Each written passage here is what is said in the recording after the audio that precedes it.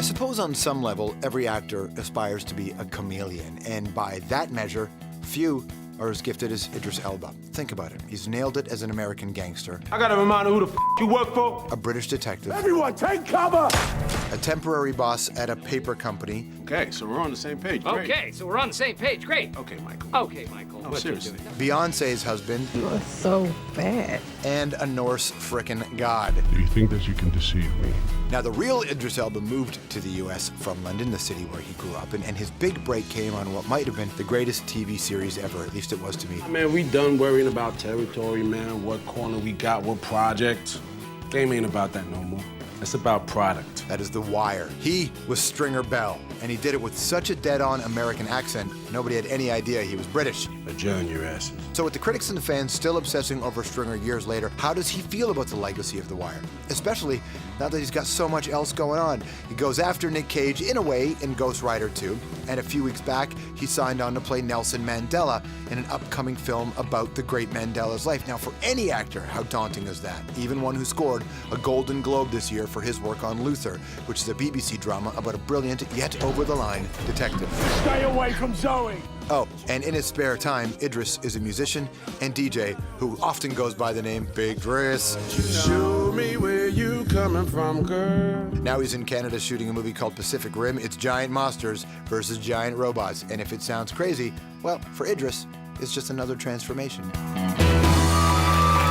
what a treat. Please welcome Idris Elba. Good job. How are you, man? Hi, everyone. I'm good. Welcome. Oh, thanks for having me. I'm really good. Glad to be here. Happy to have you, man. You've been shooting in Canada for a bit, right? I have. I've been in Toronto Pinewood for about 5 months. What can you tell us I'm about a Pacific native. Rim? I love it. You love it, that's right. What can you say about Pacific Rim? Can you talk about it? Yeah, Guillermo del Toro, he did, Pan's Labyrinth. He's a Hellboy. He's an amazing director. And, he called me and said, this is a true story. He said, listen, Tom Cruise doesn't want to do it, so I want you. Just like that? I said, okay. Thanks, Tom. But do you feel more or less pressure to take a role like that if it comes with the caveat that Tom Cruise said no? Actually, I'm not sure if that was a rumor or a joke. Guillermo del Toro has a huge sense of humor. But, yeah, of course, the role was a coveted role, and I'm sure Tom would have loved to have done it. I'm sure they tried to work it out or whatever. But, yeah, the fact that, someone as big as Tom Cruise could have been playing this role, and here I am, it does add a certain sort of responsibility almost, Sure. Good sci-fi has to have a message behind it. Yeah. That's the art to good sci-fi. Yeah. That's important for your choices in films you make? Yeah, I think, the films that I'm leaning towards, for most actors, you don't get to choose your roles. You get a job, you work it, and you move on. And as, I sort of climb the ladder a little bit, I get to choose roles. So now I'm choosing films that have something to say. It's important, if I'm going to spend 2.5 hours watching a movie, or an hour or whatever, I want a message from it. So, and this film, although it's a huge sci-fi movie, it does a really great human story in it. Speaking of a movie with a message, you're going to play Nelson Mandela. That's some heavy duty, right? Very. Yeah, I'm really excited about the opportunity to play Nelson. Have you ever met him? Like, No. will you get to meet him? I think I will get to meet him. And he knows that I'm playing the part. And there's a great story that the director, Justin Chadwick, told me. He said he had the privilege of meeting Winnie Mandela and Nelson's 2 daughters. And he said, he played the guessing game. He said, guess who's going to play your dad? And they all looked at each other and went, is it Idris Elba? What? And I was like, what? Winnie Mandela knows me? That's amazing. Do you think she knows you from Luther or from The Wire? I think it's Tyler Perry's film, Daddy's Little Girl. I think it's eh? one of her favorite films. So, That's an interesting place to be. Yeah. You're getting this opportunity to go and play in this iconic figure. You've also had the joy of being an iconic guy in American television, and then you've been building an iconic role with Luther in England. What's your relationship like with the Stringer Bell thing? Because I've interviewed a lot of people who've played characters before that are memorable, but when Michael Kenneth Williams was on the show, when we told people you were coming on the show, people who love The Wire, it's a different relationship with the character. What is your relationship with it like now? Yeah, Stringer is, you know, I played Stringer at a time of my career when, you know, I'd moved to the States and I wasn't working. I was working prior in England, doing well, and then came to the States and didn't get a job for about 4 years, and Stringer was my lifeline. And then I played Stringer for about 3 years, and, you know, my relationship with the character, with the show, is that, first of all, it changed my life. But it continues to sort of like, everywhere I go still, and it's like 7 years since I did the show, everywhere I go, there are still huge Stringer fans. And, you know, it wows me that I touch so many people, that the writing, the characters in The Wire touch so many people. I mean, it wows me. We can't talk about what happens to Stringer Bell because it's his own story there. But at a certain point, when you're at a film and a show like that, do you become defiant about your character with the writers? Do you think you know what Stringer needs to be about? And I wonder if it's the same thing with Luther in your new show. Well, yeah, there's you know, what happens to Stringer in the end for some people who don't know, but you know, there's a certain sequence that Stringer goes through in the third season, and I remember David Simon and I having a conversation about how we should portray this. And I had to fight. You fought him, eh? I had to. I mean, he had a certain idea of how Stringer should go out, and I was on the same page with him. Stringer should go out, but how was we had a little bit of a battle on. And yeah, of course, when you've sort of worked on a character for 3 years and you're part owner of that character, you know, you are responsible. You feel like you are responsible for what happens to him. I know when people find out, first of all, that McNulty isn't American and you aren't American, it's a shock to them. So what's it like the first time that I heard that you are like, what? When you meet people and they go, Stringer Bell, and then they hear your voice, do you ever see a visceral reaction from them? Yeah, no, I mean, listen, for about 2 years after playing Stringer, I had an identity crisis. I didn't know what my own accent was. You know, but I heard you auditioned with an American accent, and the guys didn't even know you were British beforehand. Yeah, no, I did 4 auditions for it over a space of about 2 months, and it wasn't until the last audition they were like, "Where are you from?" You know, do I lie? I've been here three times already. Do I lie? So I said, "Oh, I'm from East London, man." And he was like, "Wow!" And then they were really impressed. Is it different for a different experience as a black actor in England as opposed to a black actor in America? What's a black actor? No. You know what I mean? No, but I know obviously, no, yeah, absolutely, yeah. No.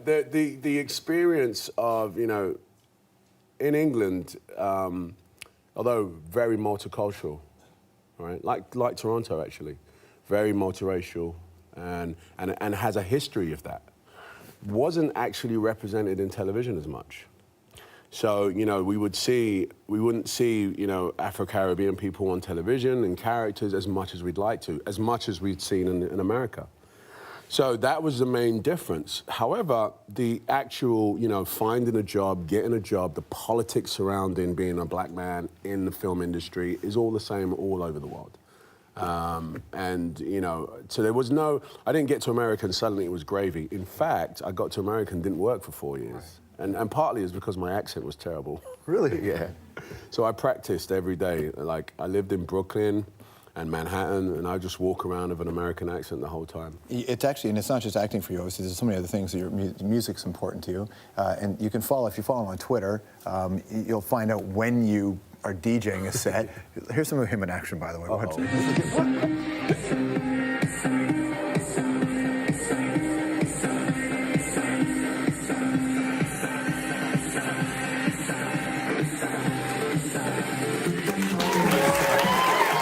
There's Idris DJing in Miami.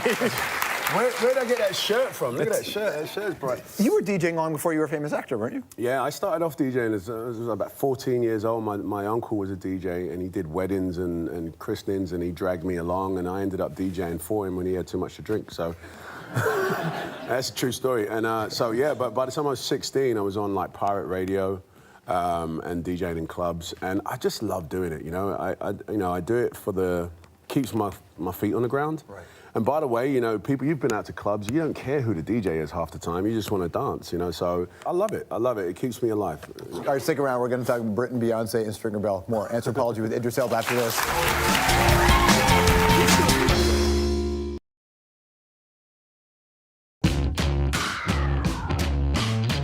Clubs? Are you involved with the police or Tory? Not too worried, though. You just concentrate on doing what you do best. Being beautiful. Sublight pizza. Hey. About time. Meet you in the bay. Hot delivery anywhere on Altar, guaranteed. Get out of here.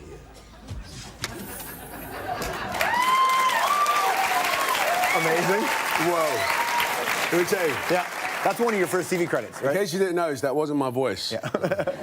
They changed my voice. Apparently my American accent wasn't very good back then. Okay, so let me Anthropology. How often do you Google yourself? I don't Google myself as much as I check pictures. So if I've been to an event, I'll check what I look like. I know it sounds terrible, but it just helps me. Anyway, don't worry about it. What's the one record that every DJ should have within arm's reach at all times? Michael Jackson, Do You Want to Be Starting Something? I mean, you've got to have that. You could play it anywhere. You could play it at a funeral and someone would start dancing. What's your go-to karaoke song? Do you have one? Bob Marley, One Love. So I'm sure it's a question that you faced before, but if Stringer Bell had to fight Luther in a dark alley, who wins?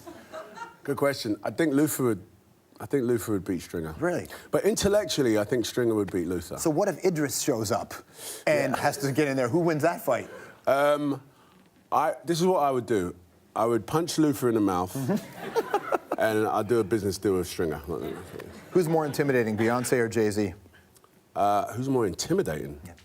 They're not intimidating people. They're really, really cool people, both of them. Beyonce's so sweet, and Jay's very focused. Who would win in a game of FIFA, you or Noel Gallagher? I'd have to say I'd kick Noel's ass. Would you? For sure. But he would disagree. By the way, he loves FIFA and he's really technical about it, but I'm better than him. Does playing Nelson Mandela and being, I mean, your parents were born in Africa. Yeah. Does it take on a different meaning for you? I mean, it's an absolute sort of inheritance by being, you know, African, that, you know, to play someone like Nelson it means a lot to my family, it means a lot to us, my countries. I'm half Ghanaian, half Sierra Leonean, and the news of me playing Mandela is big out there. So, yeah, it means a lot. It definitely means a lot. All right, time for a new feature, which is called Questions for an Englishman. When do you feel the most British? I feel the most British whenever I go to a cafe and order breakfast. Because just the way I speak and, you know, can I have a couple of eggs? Can I have them sunny side up? And they always go, what? Which better represents Britain, Queen the band or Queen the Queen? Queen the band. Zeppelin or the Who? By the way, that's the right answer. That's the right answer. It's true. Zeppelin or the Who? The Who. Dizzy Rascal or the Streets? Dizzy. Which is your favorite Commonwealth country? Hint, hint. England! Idris Elba, everybody. We'll be right back.